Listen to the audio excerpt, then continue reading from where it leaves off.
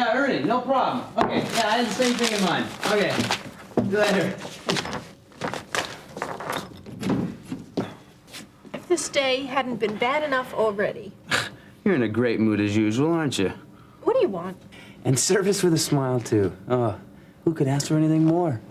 But actually, I just came by to pick up those overdue permits for the Canterbury office complex. Well, as you know, Vicky handles that, and as you can see, Vicky is not here, so get lost. Wait, do you have any idea when she'll be back? Maybe next week or next month. There's no point in waiting around. Yeah, I'll be the judge to that, okay? Anyway, you don't mind if I read this? No, just calm down. I'll read something while I wait.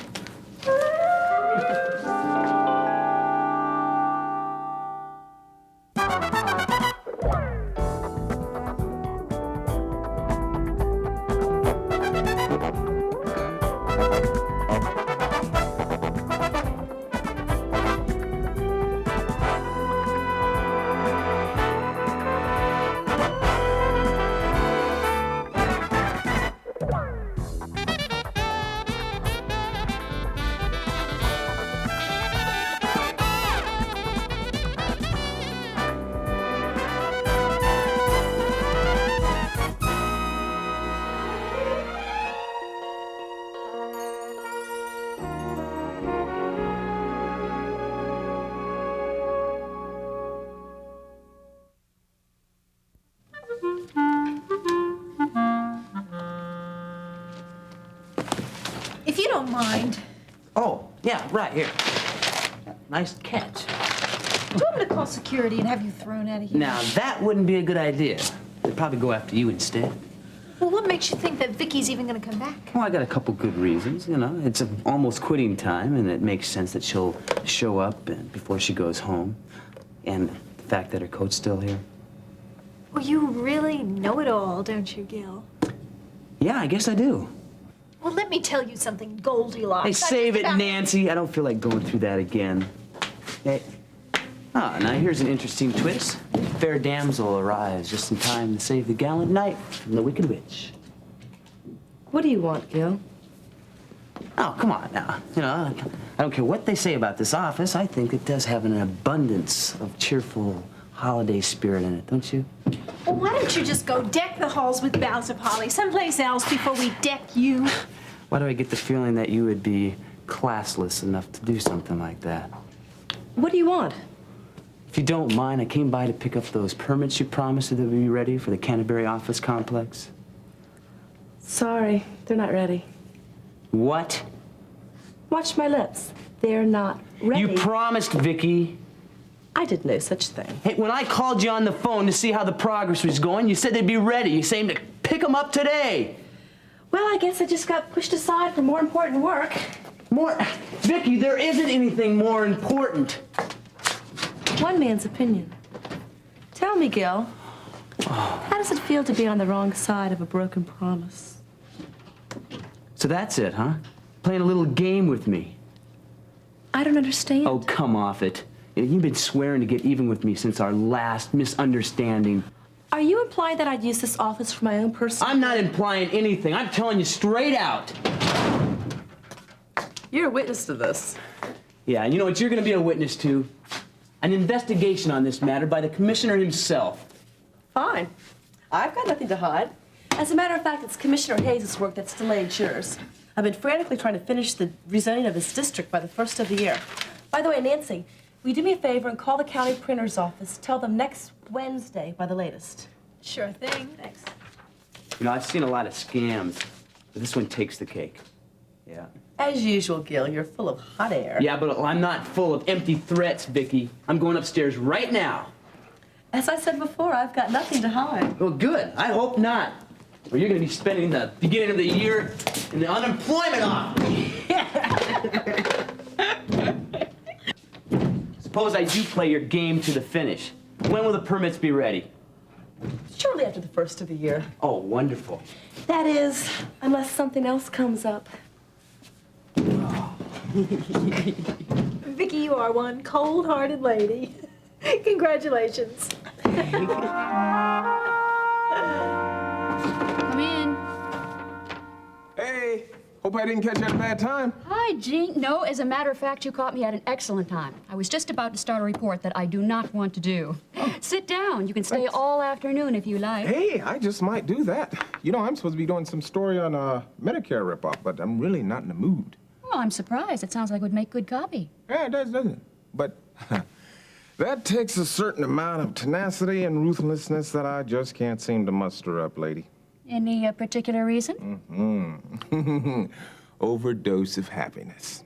Chalk one up for the Christmas spirit. Well, good. Well, I don't think my editor would agree with you. But then again, what do editors know, huh? Right. I must say, you do look happy. Yeah, it's kind of hard to hide, I must say, you know.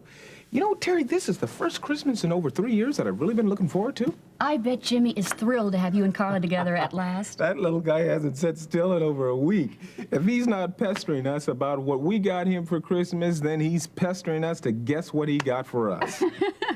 Listen, you enjoy it while you can. You're going to miss that innocence when he gets older. There is nothing like Christmas through a child's eyes. Yeah, I suppose. Well, enough with this Christmas reverie. I don't suppose there's anything new to report about your mom's house. I'm sorry. You know, Terry, that would be the one thing that would complete it for us. Carla and I have tried time and time to forget about the whole thing, but we always come back to, wouldn't it be nice if we Believe could me, I would love to see the two of you settle back in there. I don't know, living in that house seems to represent some kind of victory for Nancy. That's the only explanation that I can come up with. I know for a fact that she could use the money. She has a large unpaid hospital bill she's paid nothing on, and she certainly can't be making much money working part-time for the county. Well, as an ex-county employee, I sure can verify that. Has she given you any indication or anything that she might be willing to change her mind, you think? Just the opposite, I'm afraid. Do you know what? If she sold the house to us, she could take the bulk of her money and put it into a high-interest bearing account, get herself an apartment, and basically live off of her interest. That would certainly make more sense than what she's doing now. I don't know how she's making ends meet. Well, you know, if there's no talking to her, I guess there's no talking to her. Now, wait a minute. Not necessarily. I'll tell you what. Let me try one more time. Oh, no, Terry, no, I didn't say that to get you to go back to Nancy. Yeah, I know, but if I point out what you just said, it may make some sense to her. You know, frankly, talking money is just about the only thing that works with Nancy. Yeah, but, gosh, I feel like I've set you up, though. No, not at all. It's my pleasure. Glad to help you out. Well, thanks. I know this isn't a really easy thing that you're doing. If half of what I hear about your sister is true, then this could be a very unpleasant task.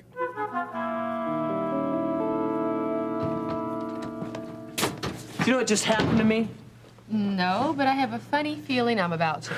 Vicky's playing a game, and it's gonna cost us thousands of dollars. What kind of game? Oh, she's holding up the permits and the soil analysis to the Canterbury office complex because she's mad. Can you believe that? Yes. Oh, I can't. This is the same Vicky with whom you've played your own little games in the past, right?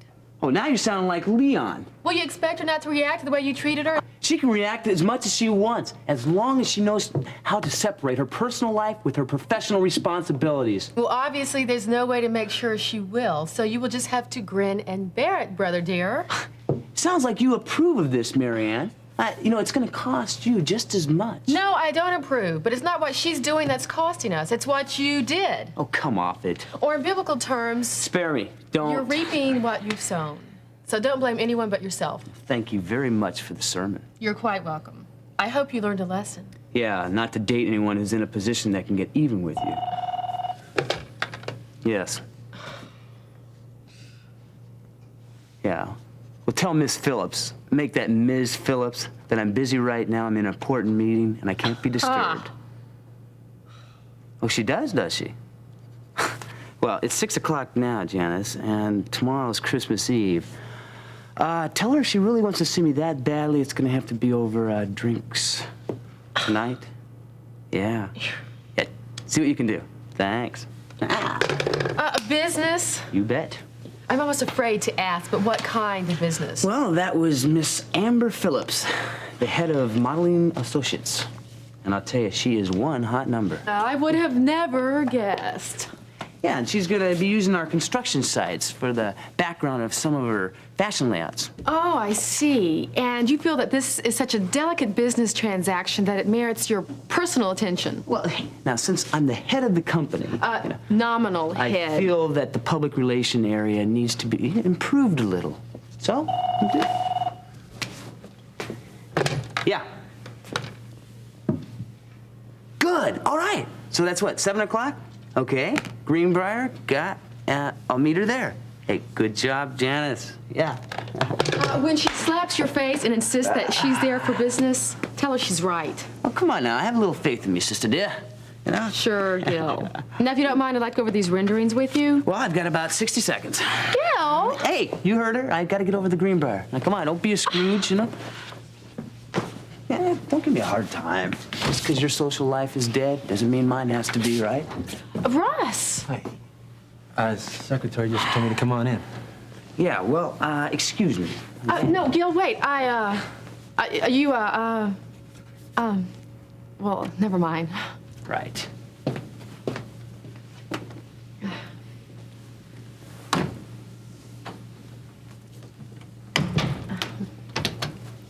Long time. Yeah. Missed you. You're right. It might not be the most pleasant of tasks, but it's for a good cause. I'll let you know as soon as I do. But, Jean, I hope you don't mind if I wait till after the holidays. Oh, no. You're doing me the favor, lady. By the way, I want to tell you, I think you're doing a terrific job with the Chronicle. I read that article in the paper, Christmas at Chesterfield Soup Kitchen. I was very touched by it. Well, thanks. You know, it's hard not to be. Those people are in pretty sad shape. But something good came of it, though. The director of the facility there gave me a call earlier, and he said they received a donation for $1,000 from someone who read my article and wanted to help. Jean, that's wonderful. Yes, I'm pretty impressed myself. Scott would have been so proud of you. You know, Terry, I was thinking the same thing. That's the kind of story he would have done, hoping that it would have affected the community the way it did. I really miss Scotty. That guy really taught me a lot. I know. Oh, Terry, I'm sorry. Look, I hope I didn't upset you or anything. No, not at all. It's nice to remember those good things. So have you been doing all right lately? Well as can be expected, I guess. You know, it's funny. You said how you were looking forward to this Christmas for the first time in a long time, and, well, I think this is one Christmas I would just as soon skip. Oh, yeah? But I do have a lot to be grateful for, though. I mean, Lori's out of the hospital, and she and Ben will be with us, thank the Lord. I'm glad to hear that. And, of course, you and your family will be joining us. Yes, and we're looking forward to that, too. We all are. Oh, I don't know and if you've heard this or not, but I'm planning on doing my own little investigation on Lori's attack. No, I didn't know that. Yeah, it's kind of my way of making up for the way the Chronicle handled the story in the first place. Well, you had nothing to do with that, Jean. I know, but I feel there's a need for responsible journalism in cases like this. I want to make a point. That and the fact that I want to help catch the creep who did this. Well, your efforts are appreciated, but please be careful. Yeah, no problem, I will. I don't suppose, does Lori remember anything at all about what happened that night? No, she still refuses to talk about it. You know, they're still holding her 2 students that were caught that night in the building. Yeah, but not on charges that have anything to do with Lori, right? Well, no, not officially, but still, they're suspected of being part of some kind of conspiracy that involves her. Now, as guilty as they are for ripping off that audiovisual equipment, I don't think they had a thing to do with Lori. Do I hear you saying that you'd like to talk to her about it? There's no denying I would, but from what you've said, I don't think it would be wise. I agree. I'm afraid if any of us push her to remember anything, she's going to end up right back at Mercy Hospital. Yeah. But she will remember one day. And I know that this whole thing is going to be settled. Well, I certainly hope so. And this disappearance thing with Miriam, I hope that gets settled too. That poor lady. I pray every day to the Lord that he will keep her safe.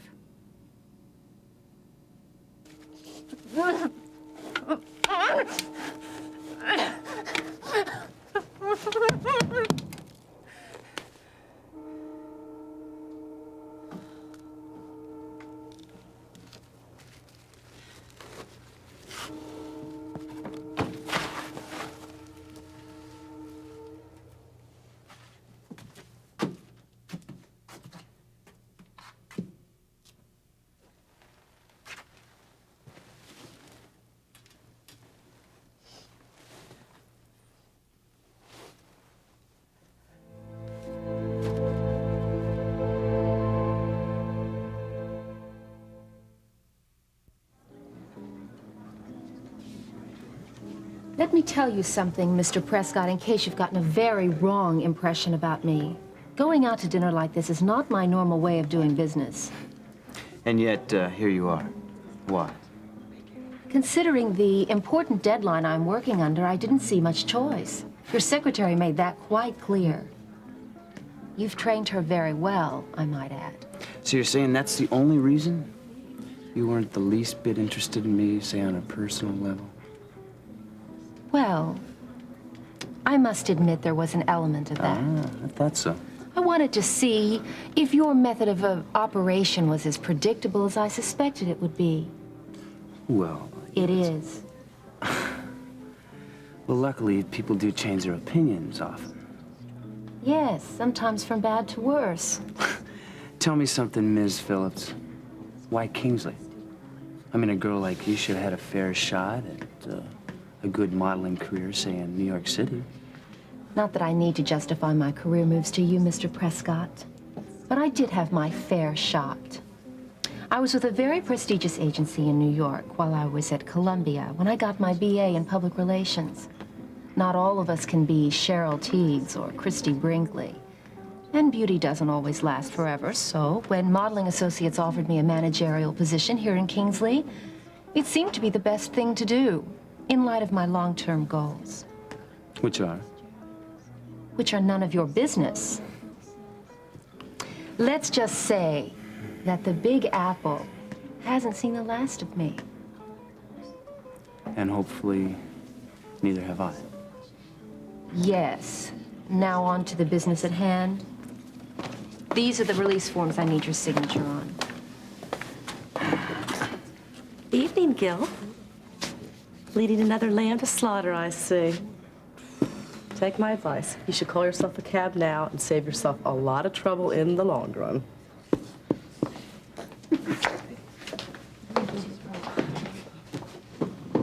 Would you believe I've never met the lady before? No. I didn't think so. I know that we've had some problems, but I think that our relationship is worth working them out, huh? Russ, you know how I feel about you. It's just that I don't get what I need from you. Well, people change. But the kind of changes I'm talking about are not that easy to make. Besides, I'm not so sure you'd be interested in giving up what I'd ask. You know, our relationship works because of compromises. You don't give me everything that I need, I know. but I'm willing to make an effort. I don't push things because I respect you. Are you trying to tell me that you don't respect me? Is that it? No. So, I give up things for you. Can't you do the same? But you're asking me to give up what my religious beliefs, to not listen to what my conscience is telling me. You're asking me to make a commitment to those religious beliefs when I don't think they're right for me. I could just say the words. I could go through the motions, but I don't. I don't because I respect you too much to fake it. So where does that leave us? Leaves us as two very lonely people. We're gonna be missing each other this Christmas. And since I don't want to do that, do you think maybe we could at least spend the holidays together? I mean, do you think maybe that we could sort of put our differences aside? For the sake of what we had, of course. Or the possibility of what we might still have. After all, this is the time of year to pull together, not apart. It would be nice.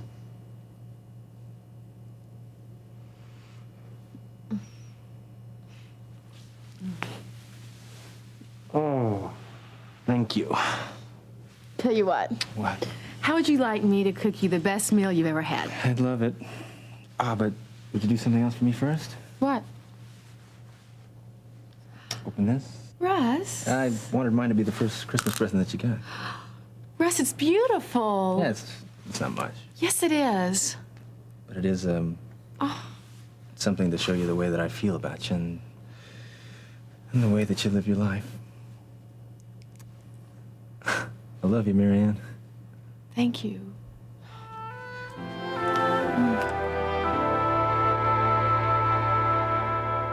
That lady in question, well, we do have some business transaction, and, I'll admit that we have some friction between us right now, but I assure you, it's strictly on a professional level. I don't recall asking you for an explanation. Yeah, Your personal life is your own business. And since I have no intention of becoming a part of it, I would appreciate it if you would keep the sordid little details to yourself. Good for you, Vicky. I couldn't have said it any better myself. Why do I do things like that? Well, because he's a selfish, egotistical creep who's deliberately made a fool of you. But when it comes to revenge, we've only just begun.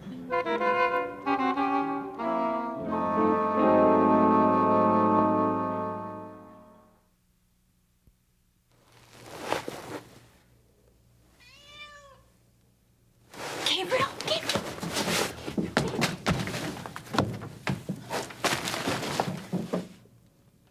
Oh, come on, baby.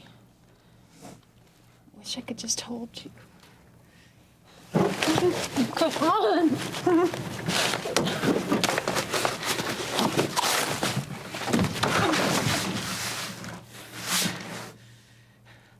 Lord, why? Why? Is this just some kind of punishment for my past or something? Would you please let me out of here? Please, God, just let me go home.